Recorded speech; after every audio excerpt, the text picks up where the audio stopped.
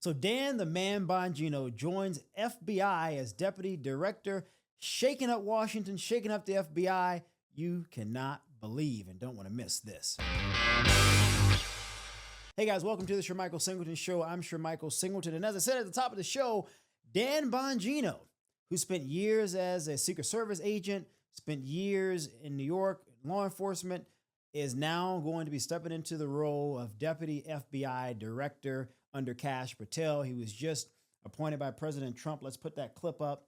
I want to read to you guys what President Trump said about Dan. He said, "Great news for law enforcement and American justice. Dan Bongino, a man of incredible love and passion for our country, has just been named the next Deputy Director of the FBI by the man who will be the best ever director, Kash Patel. Dan has a master's degree in psychology from City University, New York, and an MBA from Penn State.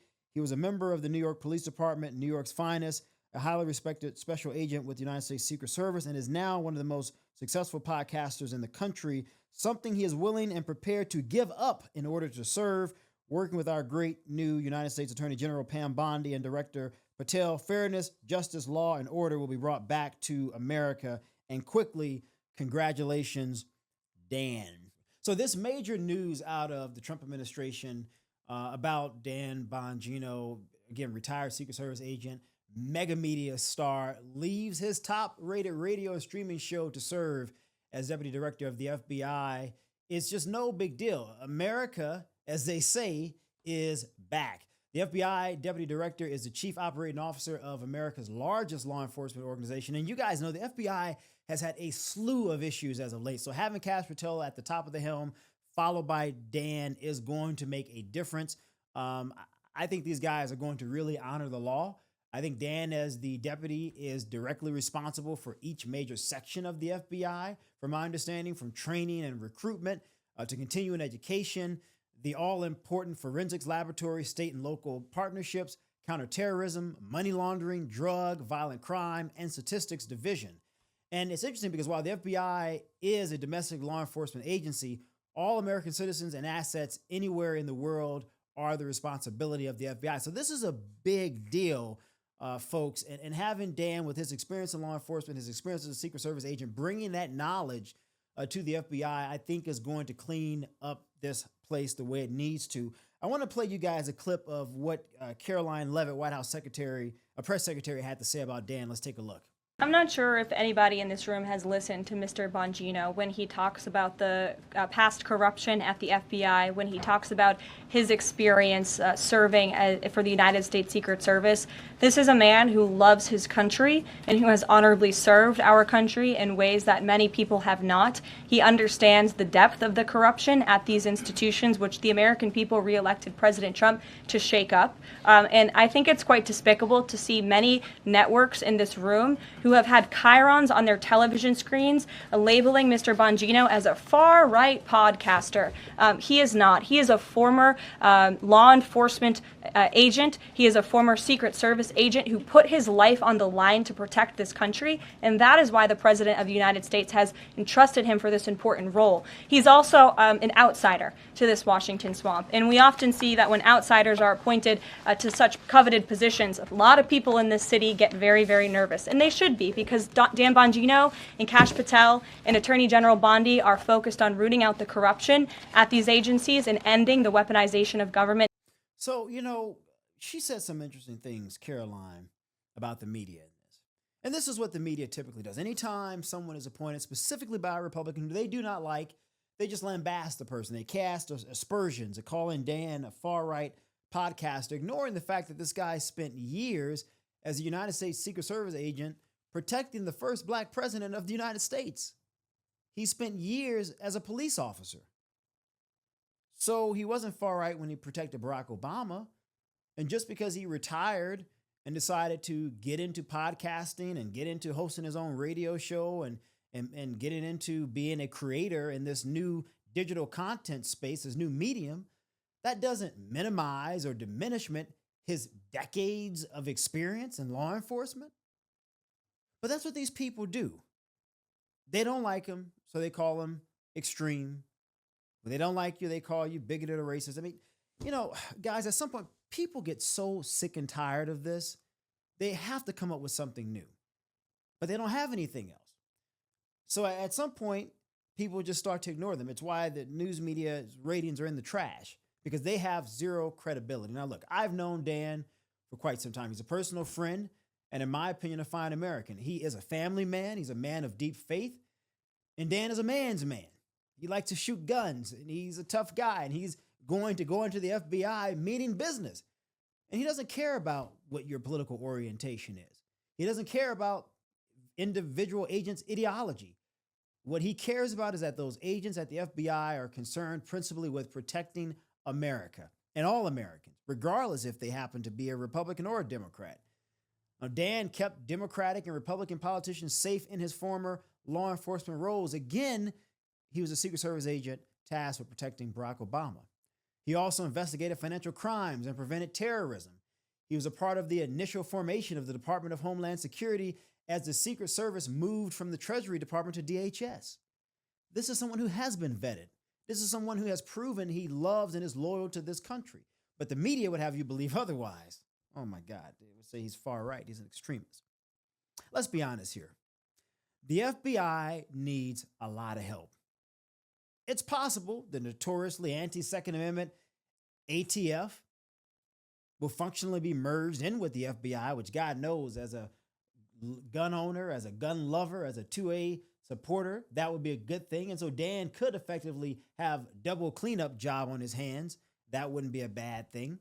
They violated a lot of rights, in my personal opinion, of going after a lot of gun owners in this country. Kash Patel and Dan really have the libs setting their hair on fire because they know accountability is finally coming in the form of competent and accountable management. They're not going to do what they did by going after Democrats because they disagree with them, although Democrats did that to Republicans. And Attorney General Pam Bondi is fortunate to have two highly trained, policy-informed, private sector experienced, serious protectors of the American way of life.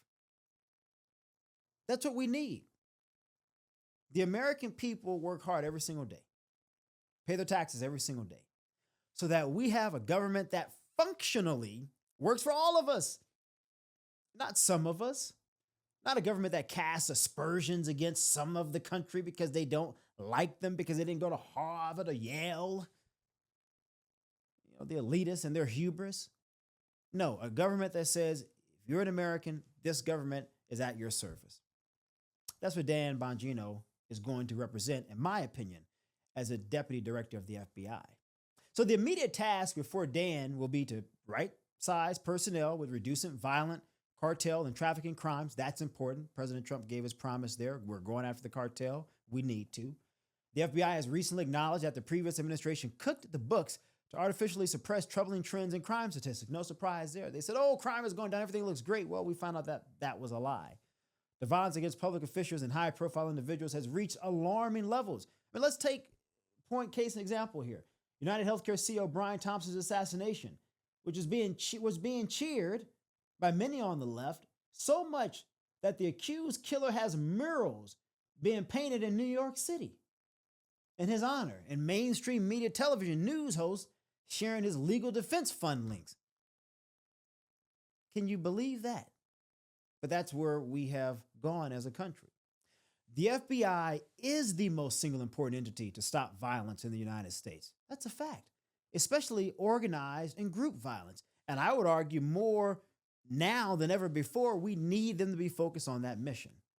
Dan will also be responsible for evaluating the existing team's strengths and capacity to align with President Trump's ultimate vision, which is for an effective and impactful FBI that is rid of political bias.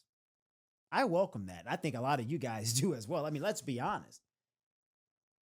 But will FBI agents and officers accept the directive to stop targeting conservative organizations by falsely labeling them as domestic terrorists?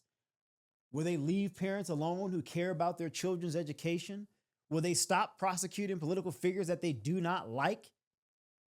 Will agents instead go after drug cartels, gangs, human traffickers, and those who would harm the American people through evil means?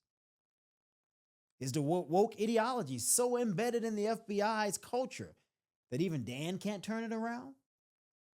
I mean, how many people will need to be let go until preventing real crimes and terrorism becomes the guiding ethos of the FBI? These are all questions that Dan and Cash Patel will face. I know Dan has contemplated these things because that's the kind of guy he is. Over the last several years, I'm sure he's been thinking about this. And as he assumes a role as deputy director of the FBI, I'm sure he believes his service is to country and can make a positively measurable difference for the American people. That's just the kind of guy he is. That's why he was in law enforcement for so many years. That's why he was a Secret Service agent. So in my view, President Trump is making the best decision. He's making power moves, bringing in the best and brightest people into government. And unlike what the liberal media continuously tells us when they say that no one good would serve in the second Trump administration, well, ladies and gentlemen, the golden years appear to be upon us. The golden age appears to be upon us. And you have people who are going to work at your behest because that's their job. The job of bureaucrats isn't to run rampant with power. The job of bureaucrats isn't to do whatever the hell they want because they believe that they are all knowing and you know nothing. Ladies and gentlemen, that is over.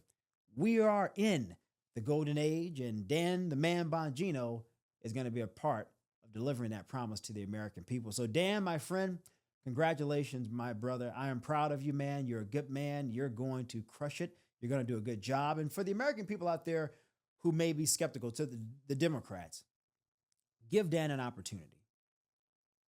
Let him go into the position and see what he does before you criticize him. Maybe you don't like his politics, and that's okay in America. We don't always have to agree in this country. But I just want to remind you, this man was a police officer in New York during a very dangerous time. He put on that uniform and that badge to protect regular New Yorkers and tourists into America's most prized city. And he did it without any fanfare.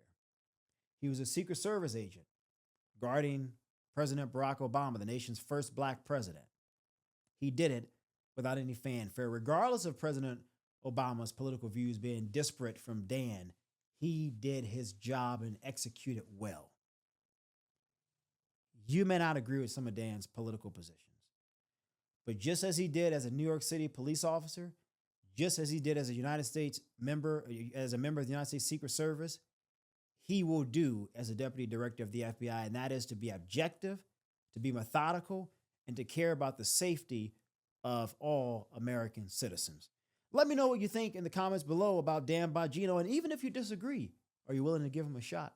I think you should, because the man has a record of showing he puts politics to the side when it comes to protecting and serving. I'm Sir Michael Singleton. Thanks for watching. Take care, and God bless.